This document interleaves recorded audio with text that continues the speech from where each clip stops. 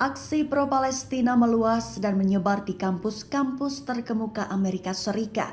Berniat meredam protes, Ketua DPR Amerika Serikat Mike Johnson justru mendapatkan cemoohan dari mahasiswa. Dikutip dari Tribun News pada 25 April, kabar itu melansir dari sumber utama pada Rabu 24 April 2024. Diketahui Mike Johnson mendatangi para mahasiswa di Universitas Columbia pada Rabu 24 April sore.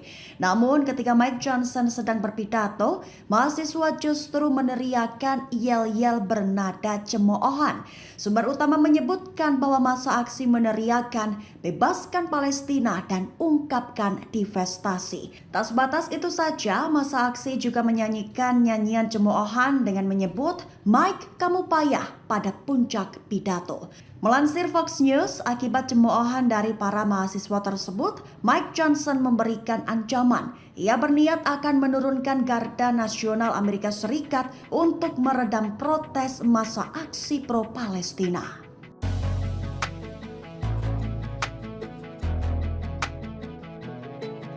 Sirine di wilayah Israel Utara meraung-raung buntut belasan roket Hizbollah hantam kumpulan tentara IDF. Israel mengkonfirmasi dan mengaku bahwa gempuran Hizbollah itu tak menyebabkan kerusakan dan adanya korban jiwa.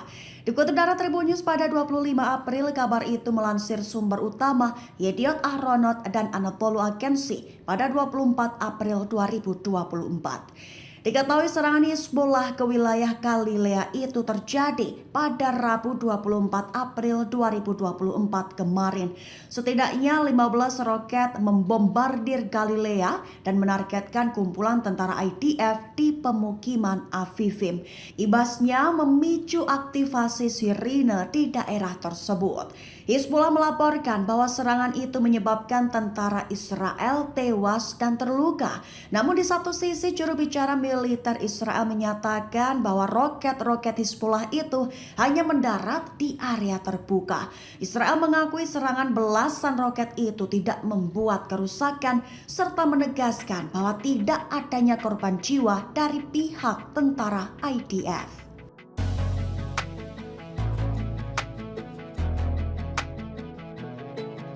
Asosiasi Keluarga Tahanan Israel menyebut bahwa munculnya Yahya Sinwar ke lokasi publik merupakan gambaran dari kegagalan militer Israel.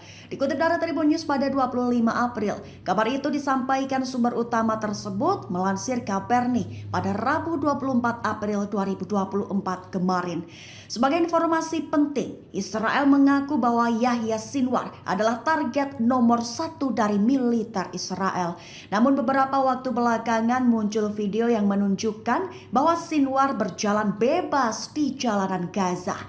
Itu disebut menjadi indikasi bahwa Israel mengalami kegagalan dalam operasi tempur apapun di jalur Gaza.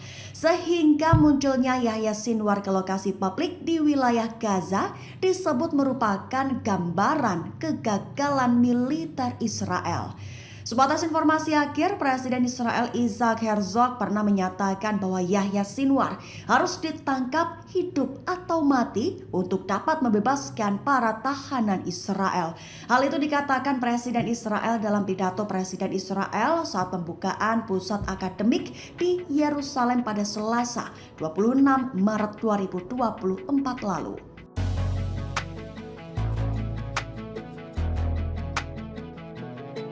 Perwira tentara Israel dikabarkan tewas ditembak mati penembak jitu Brigade Al-Qassam. Tak hanya itu, dilaporkan juga imbas tembakan bertubi dari sniper Qassam. Anggota dari perwira IDF tersebut terpirit-pirit melarikan diri. Dikutip dari Tribun News pada 25 April, kabar itu terlihat dalam video yang diterbitkan Al-Qassam pada 24 April 2024 malam. Diketahui lokasi penembakan terjadi di Beit Hanun, jalur Gaza, dan telah terjadi terjadi pada 22 April lalu. Video itu memperlihatkan seorang pejuang Al-Qassam memantau pergerakan sekelompok tentara Zionis. Peluru senapan penembak jitu terlihat langsung mengenai perwira Israel yang kemudian tewas.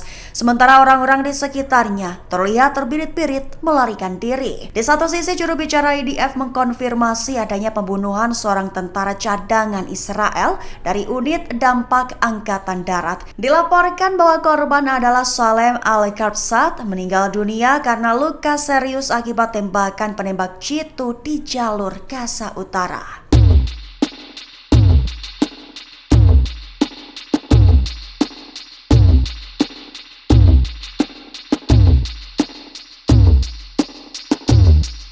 Hizbullah beri pesan kepada tentara Israel, di mana agresi di tepi barat bak bola api yang akan terus menyala dan siap memberikan kerugian besar. Dikutip dari Al-Mayadin pada 25 April, kabar itu disampaikan oleh seorang ahli dalam urusan perlawanan Palestina, Hani Al-Dali.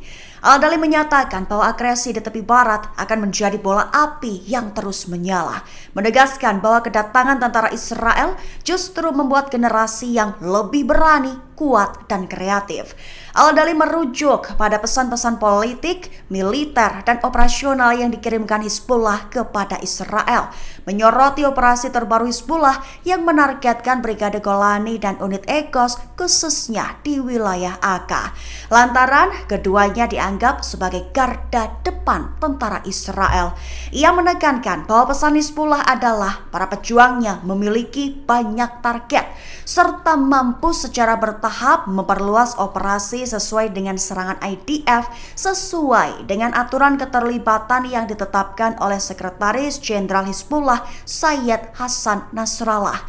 Pesan pentingnya adalah jika musuh menyerang, maka Hizbullah akan menyerang balik, bahkan bisa memperluas serangan.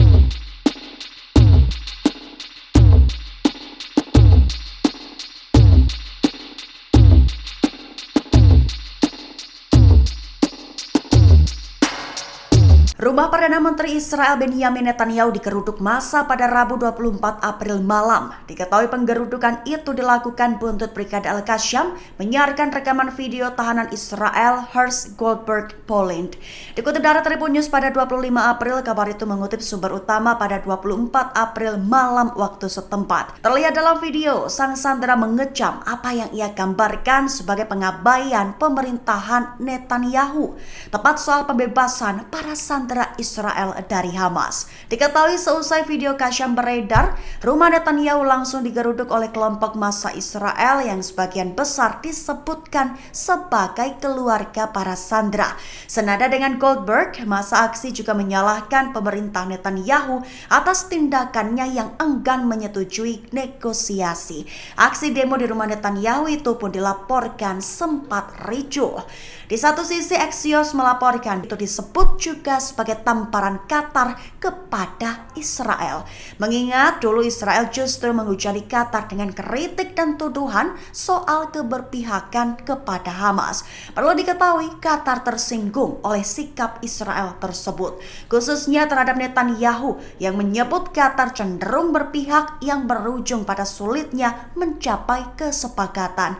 Qatar bahkan menyiratkan niat untuk mundur sebagai negosiator pertukaran sandera antara Hamas dan Israel karena sikap ofensif Tel Aviv.